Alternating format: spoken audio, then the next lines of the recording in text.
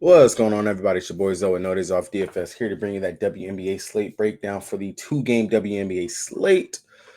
If you guys are new here, make sure you guys hit that subscribe button so you don't miss any of the content I'm putting out over here on the channel. Drop a like on this video if this video or any of my other videos help you guys win some money. Let's go ahead. Let's try to break this down. Starting off real quick, yesterday's slate, man. First game pretty much was the nuts. It literally was the nuts. Being able to fit Arike into your line along with Asia Wilson, and then the ghost of Tiffany Hayes. if you somehow stumbled to play that, especially after news that Jackie wasn't feeling good, like yesterday, just I got frustrated. I really did. The news that Jackie wasn't feeling good, I ended up going heavier on Plum because, like, okay, cool. Jackie's not going to be 100%. Plum should actually take over, lead this team, do something. And I was like, okay, if Jackie's not going to be out there all the way, then maybe Uzan should be able to have a good game. Uzan couldn't hit the broadside of a barn yesterday, man.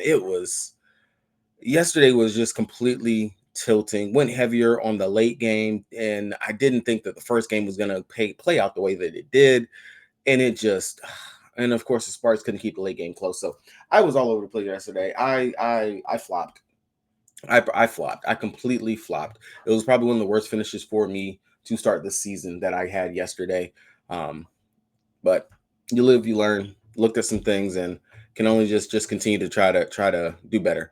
I will say, um, yesterday, as far as prop plays, things like that go over on the Patreon. I didn't do too bad in regards to that. If you guys do follow me, or if you guys are looking for my stuff that I have over here on the Patreon and you want to check it out, check the link down in the description below.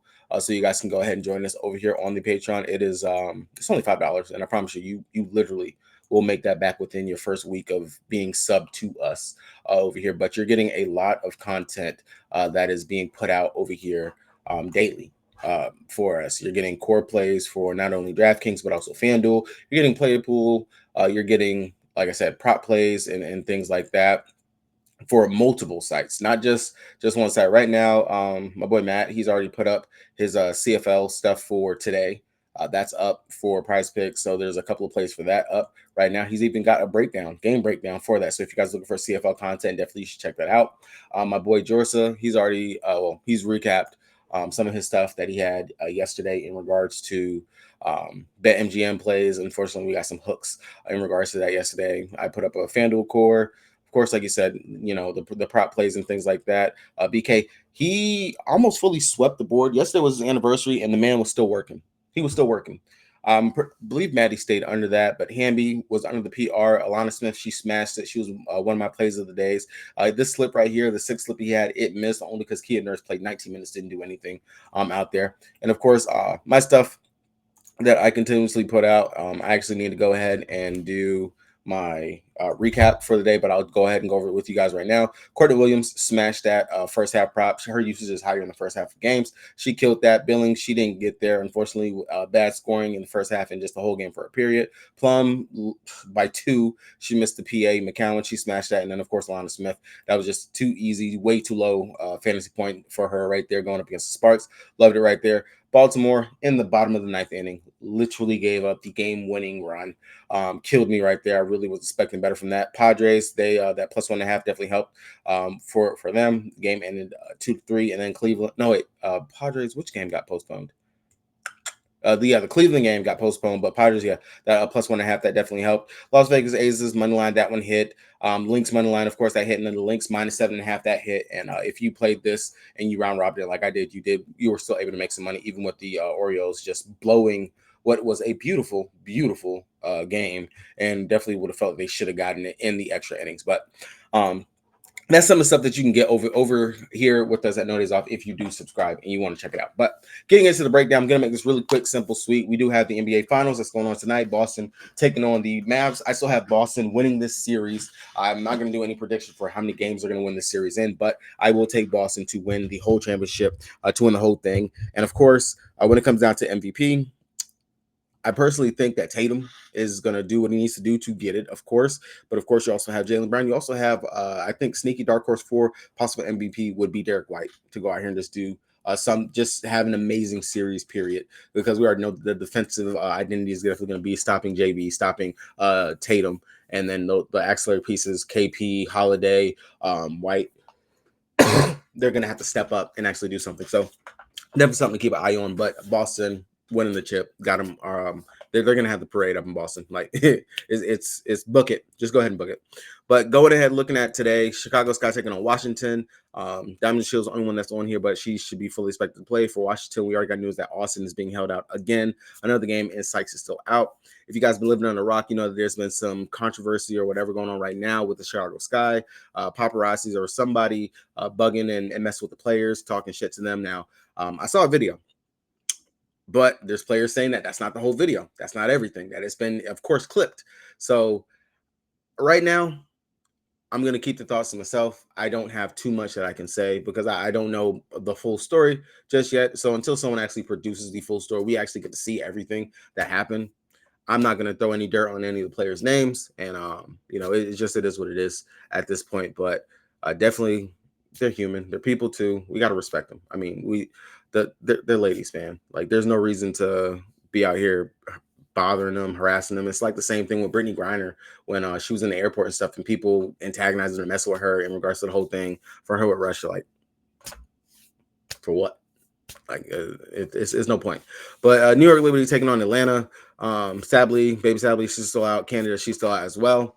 So nothing really crazy or any news that we got to pay attention to over here for that. As far as pace and stuff goes for these games, we got three of the slowest teams on the slate today: Washington, Atlanta, and the New York Liberty. Chicago's the only team that actually pushes the pace. So that should definitely actually help the Washington Mystics in regards to just getting out and playing a little bit faster. And I actually think they play faster with Aaliyah Edwards out there than they do with Austin, in fact. But definitely just one little small wrinkle to actually look at right here. But heading over to DraftKings, decided to play the most on the site. If you guys don't got an account, you want one, check the link down description below.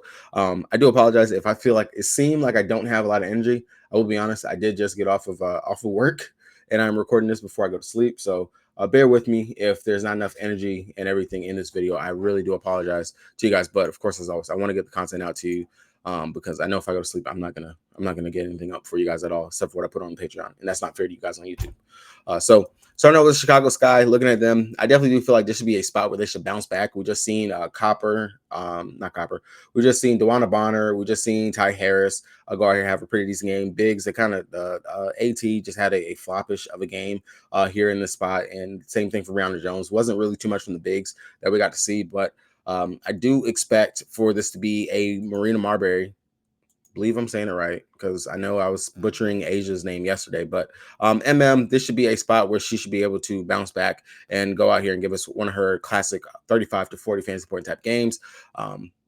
She might have to deal with the Atkins defense, but even if Atkins is out there playing defense on her, she still has been able to find ways to go ahead and shake herself loose, find different spots to go ahead and get open and do what she needs to do out there, on a night in, night out basis. So definitely something to look forward to right there. I don't mind the price tag at 9.6. It's actually not too bad. Angel Reese at 9.2. I'm really not going to go there. I honestly do feel like she's priced way too much to me right now for the production and the upside that she has. Sure, she can go here and give me 30, but if you're sitting there at 9.2, I'm expecting 35, close to 40 fantasy points. And she hasn't really come close to giving us that one game out of all of her games so far with 34.5 fantasy points. I'm not going to mess with that. Elizabeth Williams, for whatever reason, she got the more run, probably because she wasn't in foul trouble over Cardosa. I know a lot of people was on Cardosa. I was on Cardosa for the last slate, which was shocking in regards to just thinking like, yo, no minutes limit. She's going to go out here. She's going to be able to ball. Did not happen at all. So biggest thing I'd say, if Elizabeth Williams is not in foul trouble, then it looks like they're going to actually still give her run. They're going to bring Cardosa slowly along and just continue to work with her there. I will say Liz Williams, I don't mind that price at 8.8. Definitely, of course, we know she has the block and still upside. And when you're playing against players like Leah Edwards, who will be in there, she doesn't have any type of outside game. There definitely be some blocks that we could probably get from Elizabeth Williams. here on the slate. Definitely she can rebound it as well. A couple of points, things like that, but don't expect anything too crazy, especially for the fact that she will still be splitting time with Cardosa. They do still want to get Cardosa the minutes and burn and run that she should have out there. Coming down real quick, onion winning. I'm not going to touch that. Cardosa, I'll have a little bit of interest, but nothing too heavy just because her variety of outcomes is kind of wide now. Now that we've seen what we're actually dealing with her. Going into the mid tier, Dana Evans, I don't mind that price tag 7-8. If you feel like MM is going to struggle with Atkins being on her, then definitely I wouldn't mind pivoting down to Dana Evans, who should also be able to bounce back in the spot. Go out here. She's going to be deal with Van Loo or Melbourne defense. So definitely nothing I'm too scared of right there, but something that you possibly can take an event. Something you could possibly take advantage of if you think. I'm sorry, y'all. I'm losing my train of thought. I feel so bad. This is a really bad video right now. Outside of that, Carter is at the price where we got to think. She's mid-tier option. I give her that. She's up into the 7K range. I know she's going to play the minutes, and this is where I have to just think. Do I really want to pay 7-4 for Kennedy Carter? That's to be determined still. I'm going to be very honest. Right now, she's kind of leaning towards a more GPP heavy, because if I'm going to play this much for Kennedy Carter, then I might as well just go ahead and pay for my starter, Dana Evans, who I know is going to be out there. And she can actually do a lot of the things that Carter can, but she just had a bad shoot night out there. And I know that she's safe in order to get me like that 24 fantasy points, like what she's been hovering around. But Carter, I don't know. I mean, she's playing practically close to starter minutes. She's playing, the high 20s in regards to her minutes. I love what she brings whenever she comes onto the court. It's just that price is way up there, and I'm not too sure if I want to pay that today for that. Going over to Washington, really for me, it's Atkins. I really feel like this is a bounce back spot for her. Bad matchup going up against Connecticut, but she should be able to actually rebound coming here. Going up against the Chicago Sky, we've actually seen guards. They've done pretty well going up against them in this matchup. And what better spot? Someone that can bring it on the defensive side, but also score as well. So I really do like the upside for Atkins here. 8-6. That's just way too cheap. Mid-tier option, honestly, when we have the Sabrina and just MM on the slate in regards to like paying up for guards. Go ahead, be balanced. Just play Atkins with Aaliyah Edwards actually starting. And I love this matchup here for her going up against Angel Reese. Opposing power forwards have actually done very well in this spot and in this matchup going up against Reese. So I will go ahead and I'll just slot her in. She honestly will actually be my de facto one that I know I'm going to have in my lineups for today. So I really do like the upside for her here. Other than that, I'm not really too interested in anything else over here. Carly Samuelson, if I land there, that's okay. I'll say Misha Hines-Allen just because without Austin, she is going to have to play minutes, and she will play. I don't mind her as a last fill-in type spot, especially if I don't play Aaliyah Edwards and I just want to maybe come down and get some savings. I will go ahead and I'll play Austin. But I'll say main priorities for me over here for Washington is going to be Atkins, Van Loo, and Edwards if I take anything. Melbourne, SWK, Misha Hines, if you get there, you get there. Not anything too crazy that I have to go to. Over here for New York, taking on Atlanta, Stewie. I don't have the gut feel, but this is another game where we could see Brianna Stewart go out here and have a pretty good game going up against Tina Charles. I don't think Tina Charles will be able to actually stick with her. Neither can Cheyenne Parker. Neither one of them should be able to stick with the speed, the athleticism that Stewie actually can bring. And if she actually is locked in and in her bag, like what she was when she went out there against Chicago, and dropping that 60 fantasy points, this could be another big slate and big night for Brianna Stewart out here.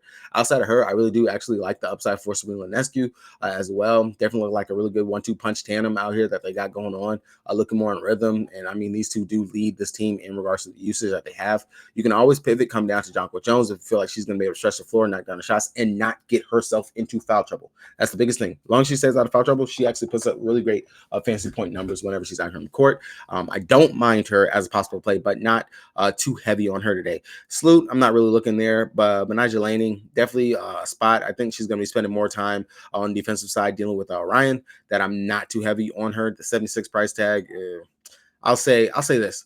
If I'm looking between Laney and Kennedy Carter today, I'll take Carter over Laney if I'm going right there in that same price tag.